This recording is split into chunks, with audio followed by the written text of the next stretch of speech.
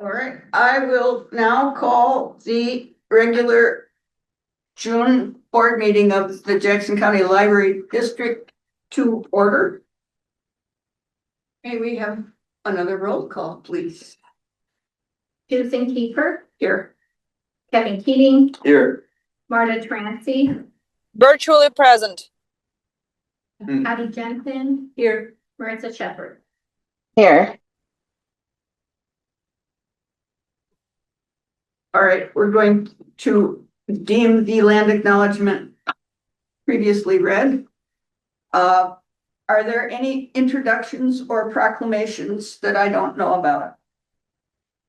Hearing none. Kevin, you wanted to change something on the consent? Yeah, I just would like, no, on new business, moving number 6. to the All right, front. agenda amendments, you want to move the board election up Yeah, to the top of new business? please. Okay. Is there any objection? All right, we'll do that. Does anybody want to remove anything from the consent agenda? I don't need to remove anything. Do I need to tell you about the name thing or you got it? No, I got it. Good. Or All right. May I have a motion to approve the consent agenda? No move. Kevin moves. Do I have a Seconded. second? Marta seconded. Marta seconds. I don't think we discussed the consent agenda. All in favor? All right. Aye. Aye. Opposed? The consent agenda passes unanimously. Do we have any people wanting to speak here? We don't hear. Is there anybody wanting to speak from the virtual audience? I don't see any hands up there. So we will proceed with new business, and we just moved the election of new officers up to precede number 4, which will be the pathway contract. So we need to elect a president and vice president to govern the board between now and, between the 1st of July and the end of June 27th. Would anyone like to make nominations? I nominate Susan Kiefer to continue on as president for the JCLD board for the period discussed. I will second that motion. All right, do we want to nominate a whole slate or do we want to do it one by one? I don't know that we have a policy. I think one by. All right, one by one. All right, so Discussion. any discussion? I'll go ahead and nominate myself just for the heck of it. The only reason I would oppose, the main reason I would oppose your being president is that you let the city council responsibilities take precedent over your district board responsibilities. And you tend to come in late and leave early. I don't come in late. You can check. All right, well, the leaving early part does apply though, I think. Maybe one meeting, but okay. Today, not. But nonetheless, I would like to say that, I think, Kevin, that especially when I've seen you fill in a couple times, that you make a wonderful president. However, I have two reasons why I think it would be good to have Susan. One is, I think in this time of transition, where it makes sense, the more continuity, the better. We're going through a lot of changes right now. Our director, and fellow employees, who were ripped, I mean, it's just a lot. So I think the continuity is reassuring. And also I have been able to witness, how much time it takes. And whether you come here on time and leave on time every time, and I appreciate what you're saying. However, I think that it is extremely time consuming. And I'm concerned that you would not be able to, with all your other obligations, be able to take the time. So that's just, Patty, that your support. No, that's fine. I'm fine, actually, withdrawing. You are. Yeah, I could use the time, actually, sorry. Any further discussion? Do we need a roll call on this? Can we just voice vote? It was better for you, the easier when they do a roll call. It is, yeah. Would that be okay? Yeah. We did have a motion in a second, so I think we can do a roll call. yes, we did. Yeah. We have a motion. I have, Marta, Marta, And moved and then Pat second. Correct. So roll call, Susan Kiefer, yes. Patty Jensen, yes. Marta Teranci, Yes. Kevin Keating, Yes. and Marissa Shepherd. Yes. All right. Next up is vice chair.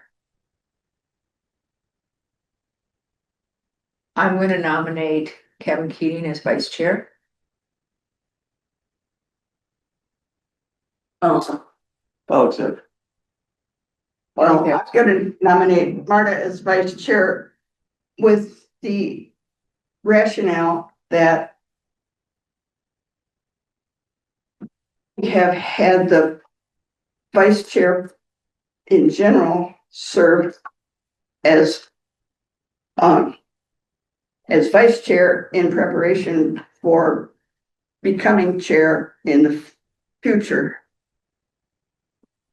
And I think a lot of the time constraints apply both officers' spots. So anyway, so that's.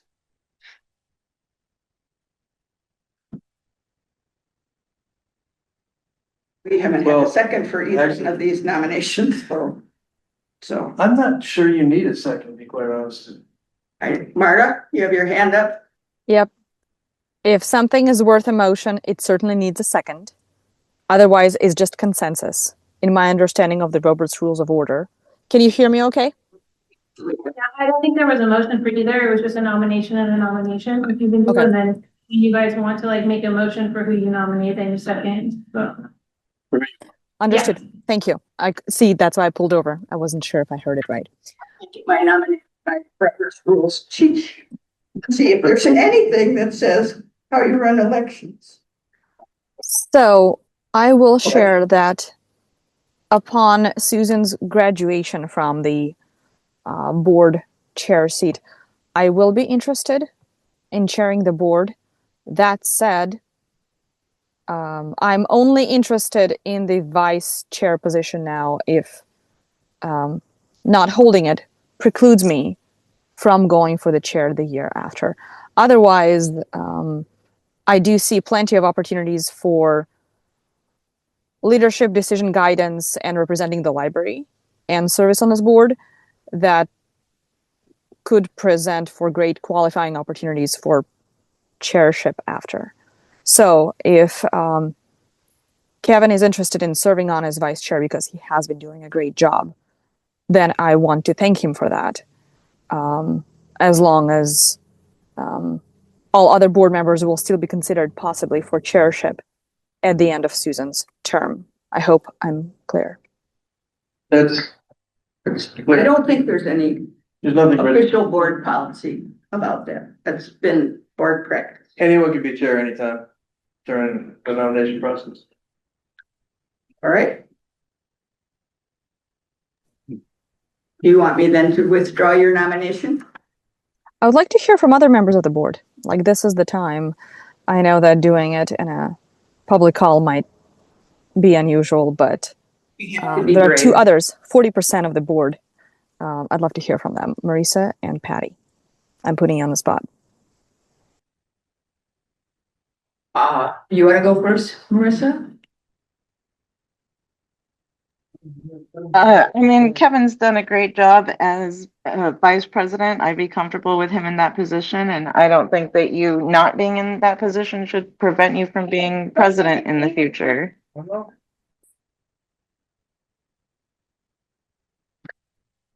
I think that, Marta, I love the hearts. Marta, I look forward to still being on the board since we were elected at the same time. When you become president, I know I will learn so much from you as I have from Susan and I have from Kevin.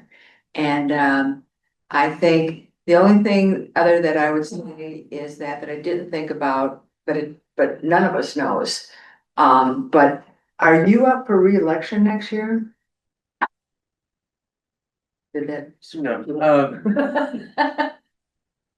I think I've only been on No, here, Three of you're us. up for like in November, right? Or Marissa, Kevin, and Yeah. Susan are all up for have to stand for reelection or not.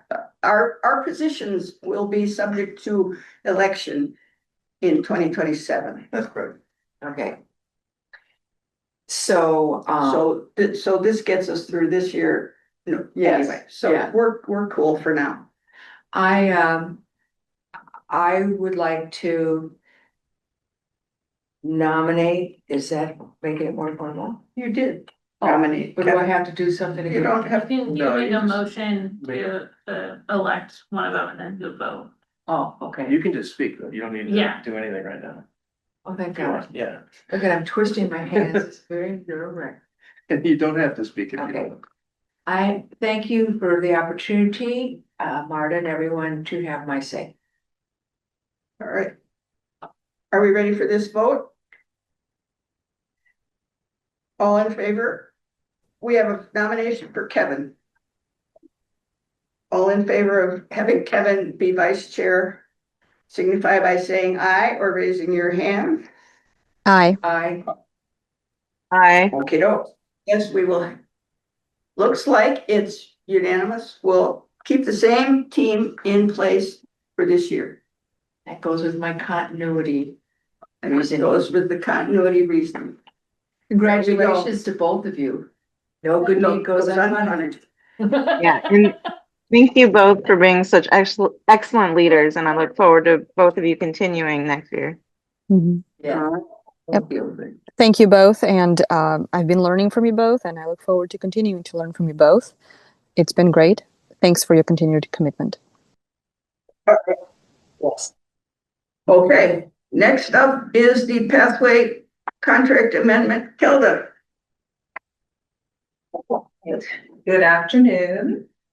Hello. In your packet, you've got a memo describing the extension of the pathway contract for another year.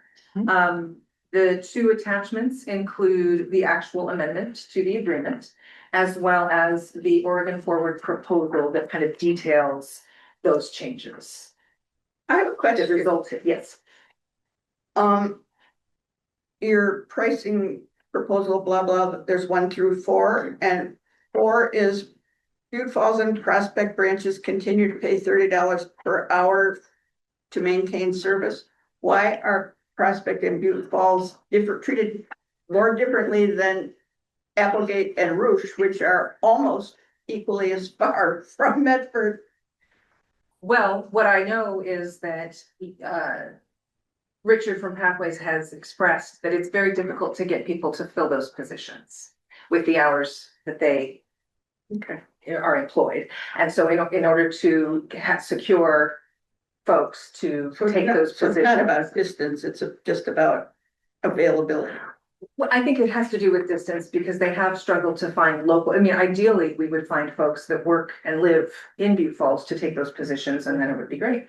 But I think they've struggled to be able to do that. And Okay. so, yeah, the hike is part of it, I think. Well, I just did a little MapQuest thing to see. How far? How far, And and they're not that much further than the Yeah. other two, but anyway, I just thought I'd ask. Okay. Does Pathway have special eligibility requirements for employees? Or can anyone work in a? it's a qualified, I know that the Oregon Forward program specifically Right. employs folks. I think they have a mix of. So literally ability. anybody in Butte Falls could work there. I believe so. Why were you asking? You can't find so. I don't, Believe you. Yeah. I don't. Pathways is a particular type of organization though, and I don't know that it's true that anybody can work there, and I don't know the answer to that, but. We'll look it up. Because if they do require special things, then yeah, you're gonna have a hard time. And Well, it's a qualified Hannah. Sir, I'm looking right now, I don't know what their employment practices are. Oh, well, no, but as a government agency, we are required to use a qualified something organization when they're available, and I can't remember. we have a really great relationship with Pathway that goes back years and. Right, I'm not suggesting we change it, But yes, that is true. anyway. Well, it makes me sad that when I saw the 11% decrease, I'm like, yay! And then when I saw why, because Akron Medford closing on Sundays was, oh. Well, that's one of the reasons why that was, But that's what I was gonna say, is that was figured in when all of you did your calculations. Yes. That was another 81,000 or whatever, well, a big saving.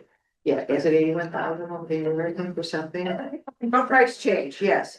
Savings of $81,200.97, so, gee, I've actually failed in my duty once again, and to get a motion on the floor before we have our discussion. oh, So can I have a motion to approve this contract, please? I move that we approve the contract, the Pathway Custodial Services Contract Amendment 7.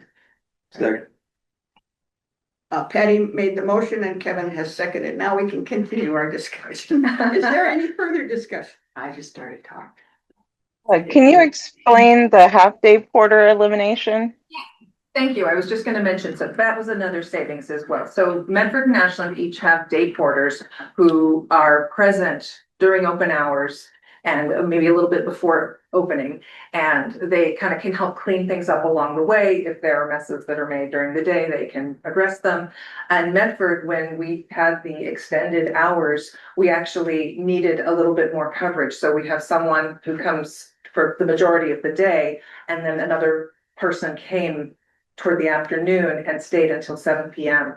And then the overnight cleaners as well came later. So one of the other cost savings measures, as particularly as we considered, with the hours adjustment that Medford had, is to no longer employ no longer have the service of the half-day porter. So currently Medford has a half-day extra, Ashland does not. Correct, So Medford's giving up its extra half-day. correct. Okay. Yes, so we're gonna work with Pathways to make sure that the hours of the remaining day porters, fabulous, is going to work, yeah. Any other comments, questions? Do we, on a contract approval, we need a roll call, I think. We don't. All right. All in favor of approving this motion to extend the amendment to the pathway contract, please signify by saying aye. Aye. Aye. Or Marissa, you in? Yes, I tried to do the yes emoji. Motion carries. Okay. And then, so contract is approved. You can stay right there, Kelda, and talk about policy updates. All right. All right, so the policy committee met. Did I need to push that? Oh, yes, good. April 27th in 2026. That was Kevin and Susan, myself and Joan. Frank was out of town. And we reviewed two major policies that were relatively recently updated, the internet acceptable use and patron privacy and confidentiality policy, and had some very minor tweaks to the wording proposed. So I have made those changes and they are in front of you here. I can point out the two bits that are different on page, well, it's 19 of your packet. At the third bullet from the top, there was just some minor tweaks to the language there in that last third bullet. And really the reason for that, what we did is, pardon? Page 19 of your packet. Page 19 of your packet, it says Page 3 or 4 4 on the policy. No, this one here. internet acceptable use policy. That's his name. You're on the different, that's a different page 19. Come on. I believe you, please go ahead. You're in the minutes. All right. Okay, I'll find it. Thank you, ma'am. Thank you, sir. So the only change, so one of the things that we had in the policy when it was revised last is we added the Wi-Fi internet acceptable use policies in an attempt to give us some in guidance on, you know, if someone is using a laptop, for example, or a personal device, and they're looking at things that are not appropriate for a library setting, it was articulated that they need to listen to staff if they are asked to stop looking at that. But we did not have a similar language in the general internet acceptable use that referred to the public computers that we already have. So that's the purpose of this change, is to expand that language to all use, not just personal devices. Let's do these one at a time and do, can I have a motion to approve the change to the first policy? This is I think we Marta, have it. so moved. Okay? A second? Second. Second. Okay, all right. It's been moved and seconded that we approve the change to the internet acceptable use policy. Do we have discussion? Hearing no discussion. All in favor, please signify by saying aye. Aye. Aye. Aye. Aye. All right. Opposed?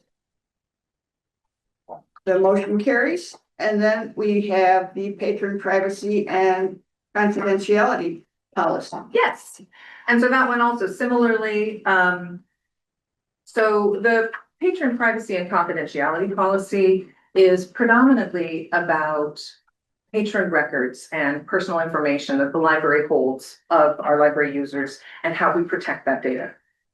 And so there is a section, it is page 23 of your packet, page 3 of 4 of the patron privacy and confidentiality policy. There's a section 7, use of facilities.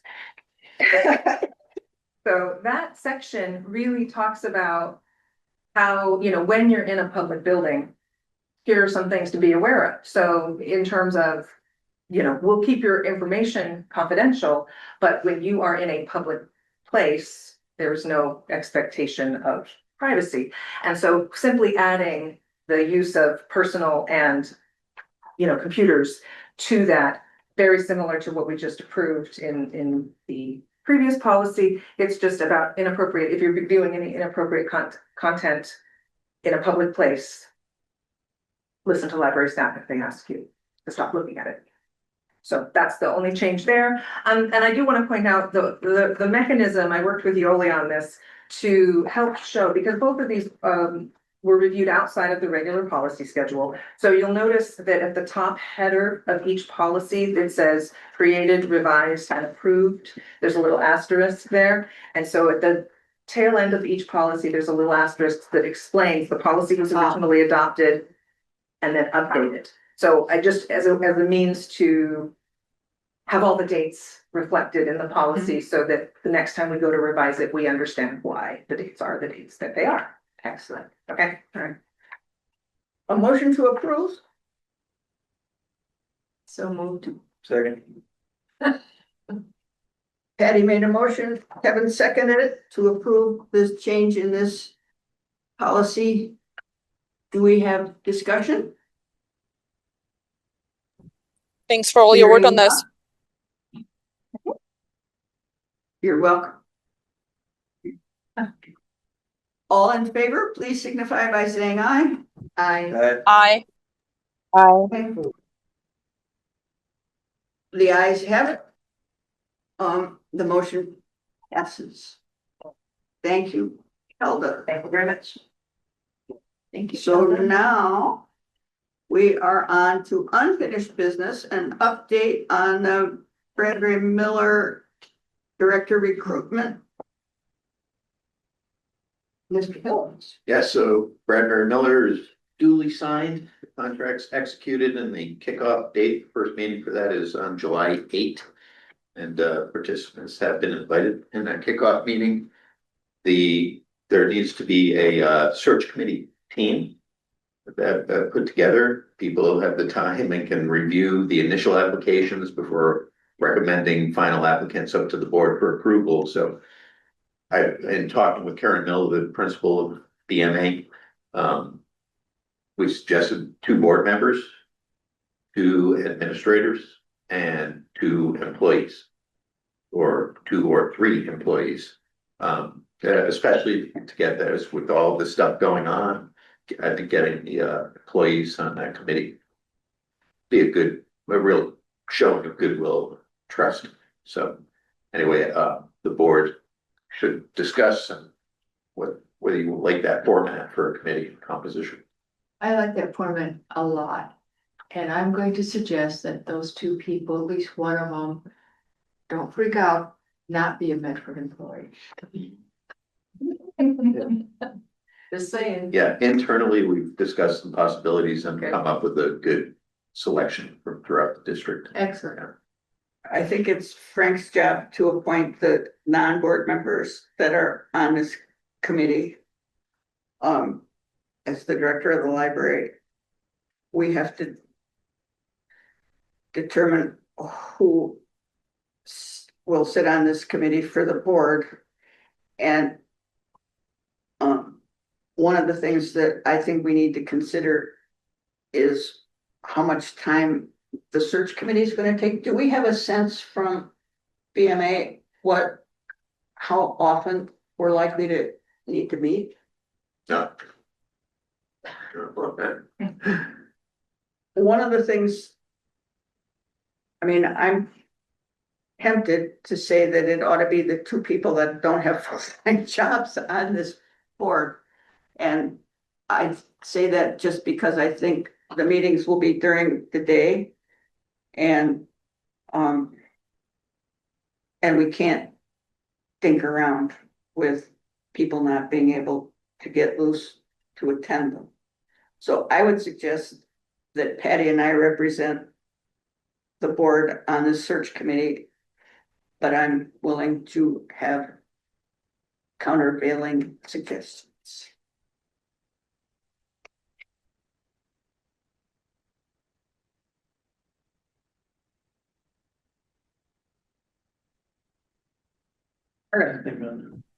Yes, and Kevin, please correct me if I am wrong, but I know Kevin and I were interested in some level of participation on the search committee. If we're not on this initial interview candidate screening, what other meaningful opportunities do you see for those who also want to participate?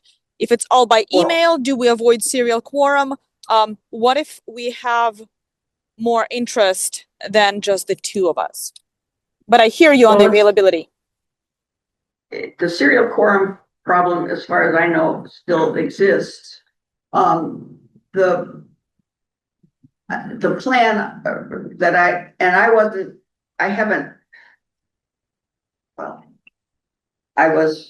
haven't talked directly to BMA, but so I don't know the answer to this, but I think the intention is to have, when we get to finalists, when I don't know how many that would be, I would guess it would be at least 2 maybe, that we would all participate in interviewing the finalists And I think we can have everybody on the board participate in coming up with a job description and making sure that we agree on the job description, which hasn't been done yet. And I would hope that there's maybe some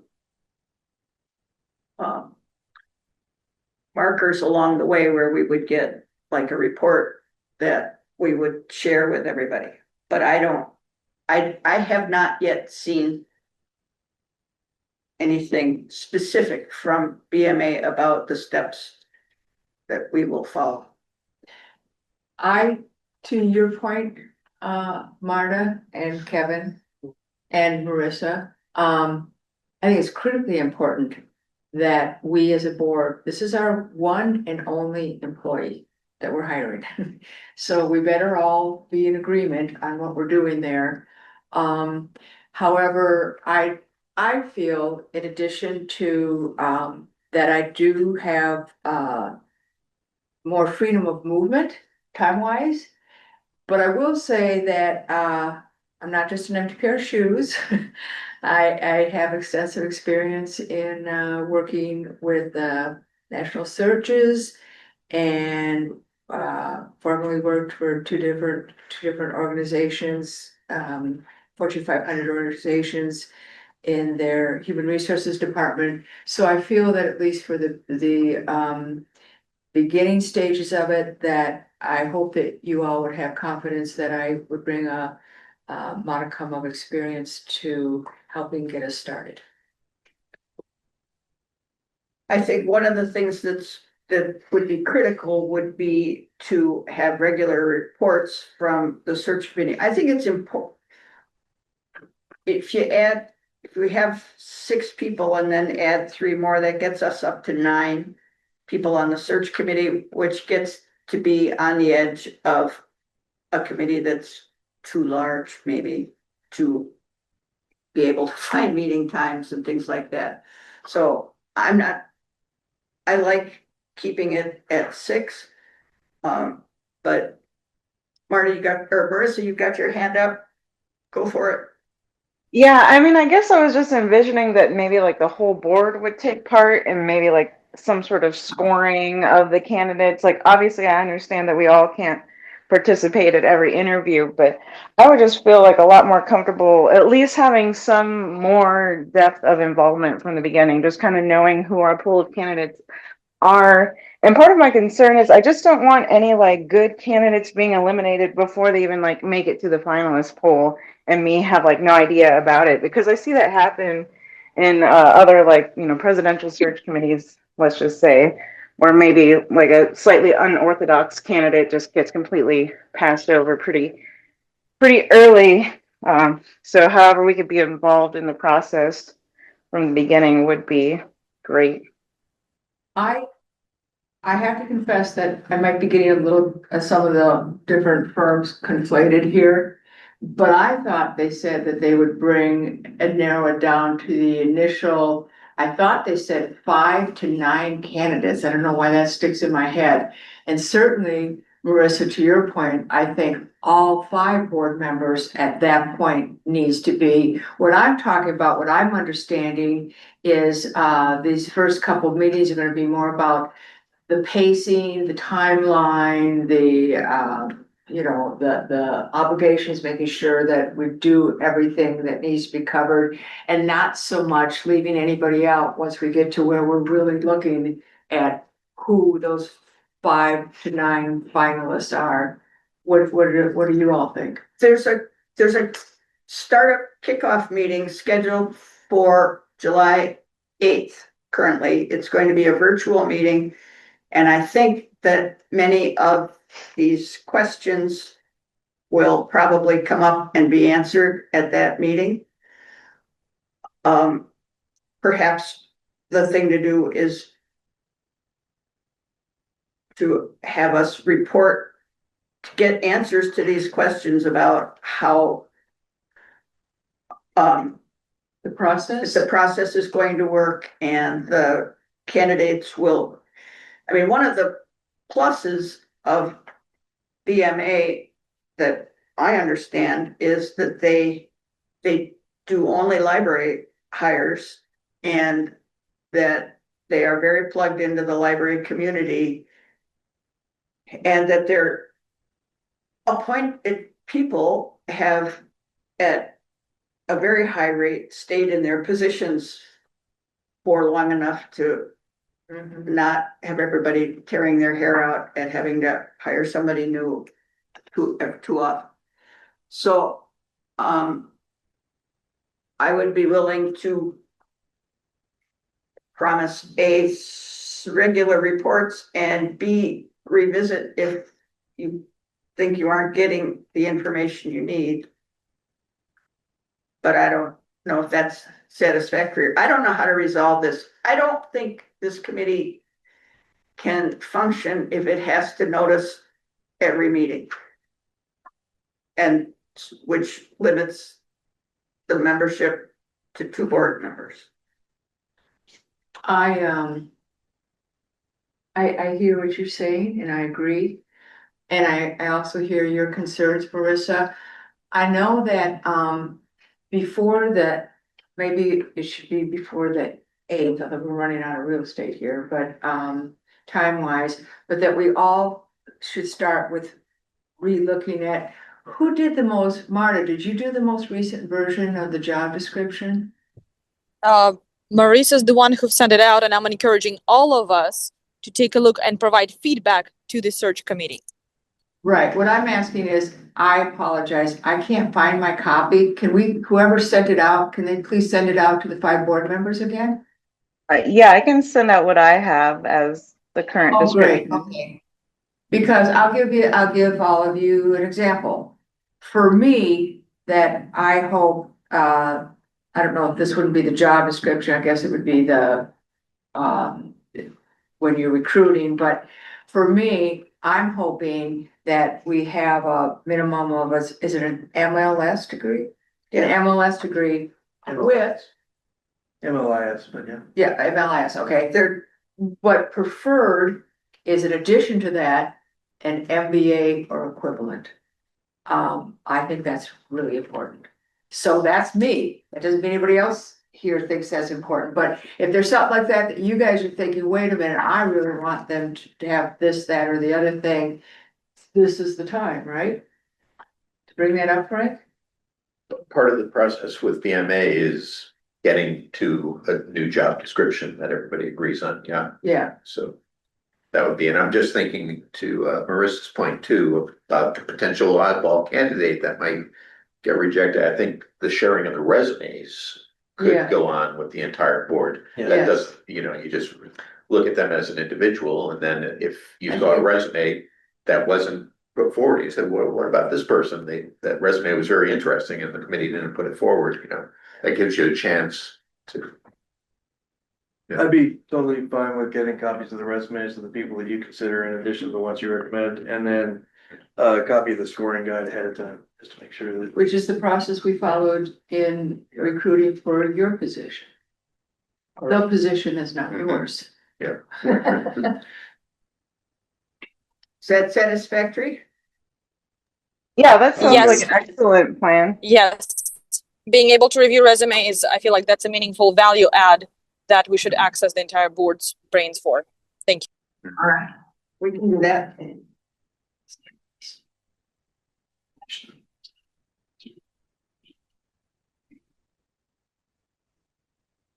So do we need? We don't. So we will take it as a consensus that Patty and I can serve and we will report regularly and see that you get to look at the resumes and job descriptions. And after this kickoff meeting, if there's something else that comes up that we think you need to review your approval, we'll come back and look at it again. Is that fair? Yeah. Yes. All right. We'll move on then. Ginny, have you left? You're still there. You're hanging in there. All right. All right. Hi, Danny. Hi. So, sorry not to be in person tonight. I'll be brief as well. We have our well-read book club tonight, starting at 6 at Anchor Valley. And so I kind of got caught between things and didn't make it back into the office.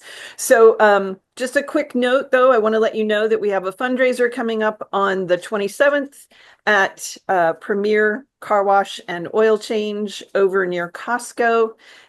Flyers have been distributed, I see. So feel free to, if you need to get a car wash or an oil change, come by that day. We'll be sharing information about Dolly Parton Imagination Library, as well as the foundation, and proceeds will go to the foundation. And if you know others who might want to go, please spread the word. I'll have more information for you in terms of benchmarks and where we are to fulfill the requirements of our benchmarking through the relationship committee next month. But we are a vibrant foundation. We are moving and grooving, and I just have to tell you, our board is extraordinarily. I know many of you have met them and had a chance to even sit in on some of our board meetings. They're very vibrant and doing a whole lot of great stuff, and I can't wait to share in more detail what's happened this year with you next month. Do you all have any questions about the foundation? Yes, ma'am. Patty. I want to say that I was so excited when I saw, maybe 2 weeks ago now, the rainbow installation at the Eagle Point Library, and then the fabulous front page, top half of the fold story that Josh coordinated, that was in the Grants Pass Daily Courier, top half of the fold, huge article about it, and loving it. Thank you all, everybody at the foundation that made that happen. I have to say that wasn't a project that we were responsible for, but I love sharing the incredible stuff going on at the library. That is a donation, and it is an amazing gift to, I think it's 13 of our 15 branches are among the 100 in Oregon who are getting those. And I've heard and seen a lot of people really excited by the project, including staff. I think I've seen a lot of pictures going through on our Teams chat as people see them and take photos and share them. It's kind of exciting. So it's fun to see that energy around this art installation that we've been gifted at the library. Great. Thank you very much. Anything else for Ginny? All right. Thank you very much. Thank you. Hopefully you'll have a good book discussion. Have fun tonight. Maybe I'll get there. Frank, you're up. Okay, the executive director's report, there were just 3 items, one of which we covered via Mark in executive session. And the second, actually the third one we covered too, which is Barbara Miller update. So I would just like to read the item number 2 on reductions in force. It's on page 25 of your packet. It's short but significant. So between May 28, 2026 and June 1, 2026, JCLD implemented reduction in force as authorized by the board of directors and in full compliance with the JCLD reduction in force policy, which was used in every circumstance. While the reductions in force present trying times to the organization, both administration and the general employee base worked well together to minimize the effects. To wit, several employees stepped forward to accept reassignment within the organization or to offer a voluntary reduction in hours, or resigned from a position to minimize the impact of the reductions in force on their colleagues. This allowed management to be creative and reduce the impact on staff. 14 employees were affected by a reduction of working hours. 9 employees' hours were reduced by 2 hours per week. 4 employees' hours were reduced by 5 hours per week. And page 26 now, 1 employee's hours were reduced by 10 hours per week. Of the employees referred to above, 3 of those took voluntary reductions in hours. Additionally, 71% of employees who had their hours reduced were not part of the bargaining unit, but were either supervisory or confidential employees. The total reductions in force amounted to 5.075 FTEs. The board of directors had authorized a reduction in force of up to 12.475 FTE. The collaboration and creativity mentioned above therefore preserved 7.4 FTE, exhibiting a spirit of goodwill and cooperation within JCLD. Of the 5.075 FTEs resulting from the reduction in force process, 4 FTEs affected bargaining unit members and 1.075 affected supervisory or confidential employees. Included in the 5.075 FTE mentioned above, the community resources team were reduced by 2. So that was 2 out of the 5.075. Based on the following realities and change in the scope of the community resources team's duties, explained, I'm going to quote Joan, I've been quoting Joan a lot lately, by Assistant Director of Public Services, Joan Visual below, that's in italics. The Community Resources Department's needs have shifted over the years since its inception 5 years ago. When CRS started, roles and responsibilities looked very different than they do today. We installed security services after the team grew beyond the original 4 that were hired. At one point, there were 8 resource specialists. Security took over many of the de-escalation and roving essential duties of our CRS staff members. The district did not immediately reduce staffing in the department. After duties shifted, branch outreach visits by that team, while well-intentioned, increased greatly. These visits were inconsistent in impact and costly in both time and mileage. It made sense to refocus where the department could have the most concentrated intentional impact, and that was determined to be Medford and Ashland. Staffing was reduced in this department to fit the need and the main core essential functions of the department. In a further positive development pursuant to the additional movement after the May 28, 2026 through June 1st, 2026 RIF process, 2 librarian assistants became open, which were offered to 2 staff members who had been subject to the reductions in force. Both employees accepted the positions and began their new roles on June 8th. These 2 reemployments are reflected above in that total reduction of 5.075. Finally, it should be noted that the reductions in force were part of a response to balancing the entire 2026-2027 fiscal year budget that also included across the board cuts to departmental budgets, as well as the reduction of branch hours achieved by closing the Medford and Ashland branches on Sundays. So that sums up that process pretty well. Yes, thank you. Yeah. That's it for me. All right. Questions for Frank? Yeah. However difficult it has been, which has been quite difficult, and it has generated a lot of press as well, cuts that we've made to staffing and hours. I think we as a board should be grateful to the administrative team and the directors and everybody who has participated to make this process, which could be extremely painful and has had a big effect on the whole organization, but at least we have worked to make those impacts be as reasonable as we can, and we have put ourselves in a position where of keep getting our budget back on a responsible footing where we can project a balanced budget out 5 years. And we couldn't do that last year. So thank you all for all the work that you put in to balancing the budget and doing the difficult things that needed to be done. I am very grateful, and I think the rest of our board is also. Susan, that was extremely well said. I just wanted to jump in and also thank you, Frank. You were put in an extremely difficult position, and I really want to thank you for keeping the FTE reductions as minimal as possible. And thank you for everybody on the team and their creativity. I know this has been incredibly difficult, but I am pleased to see that it ended up being maybe not as bad as we thought.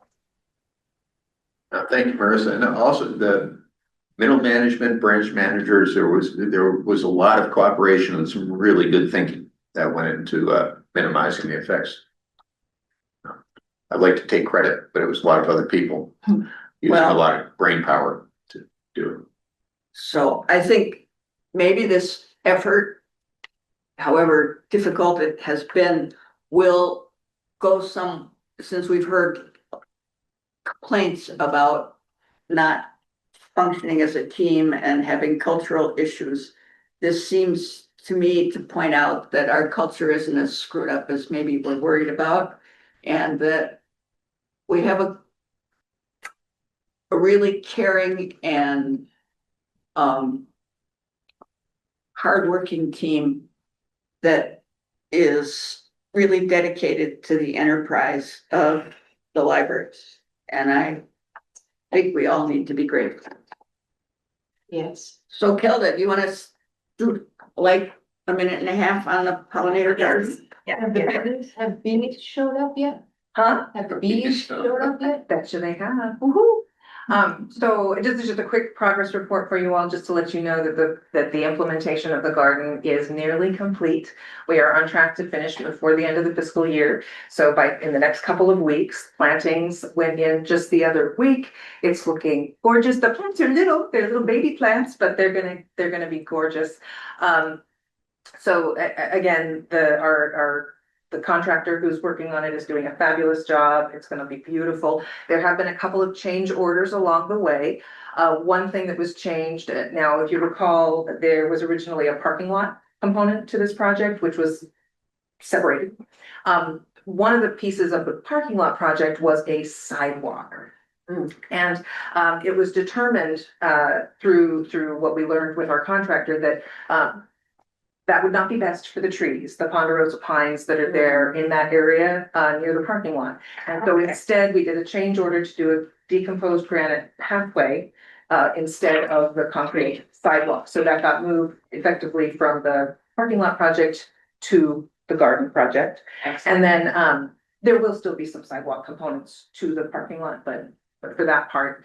And then the other change was the fence. So there's going to be a fence line along the garden to the parking lot. Again, that was originally part of the parking lot scope, but we decided that it made sense to do it now.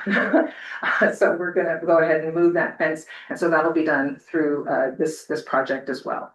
And yeah, it's coming along. It's gonna be gorgeous.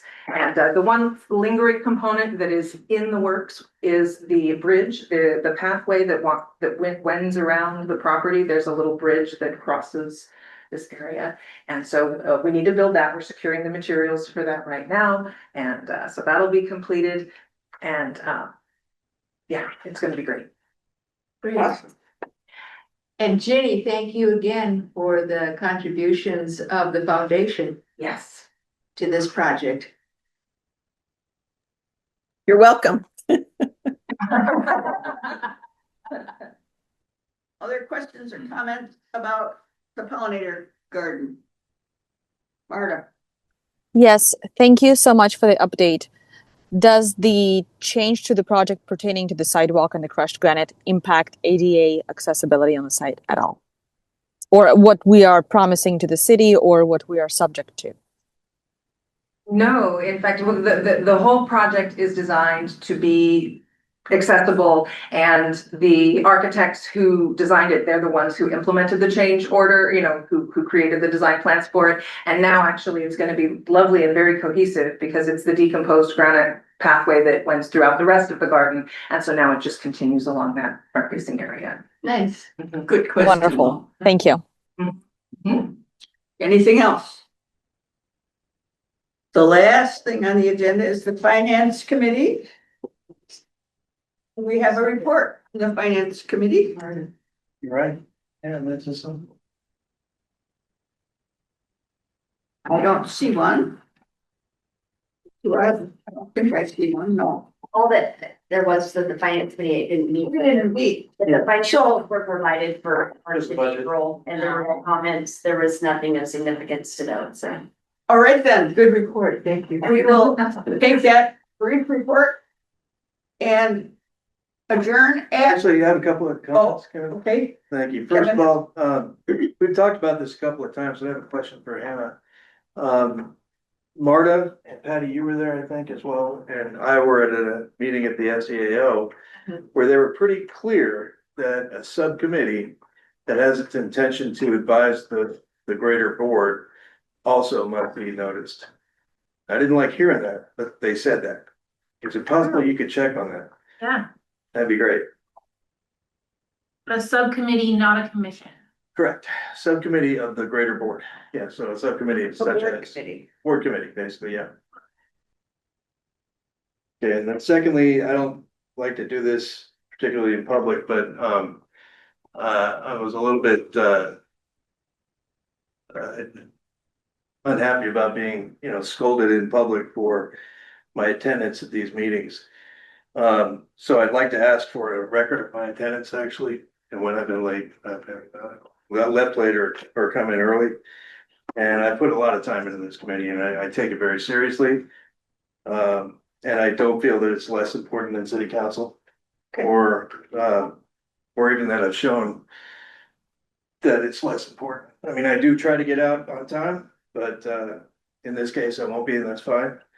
But in any case, I think I could put up my attendance against anybody on this board, and I think we're all very good. Just want to make that clear in public since it was brought up. I apologize. I didn't mean it to be a scolding, but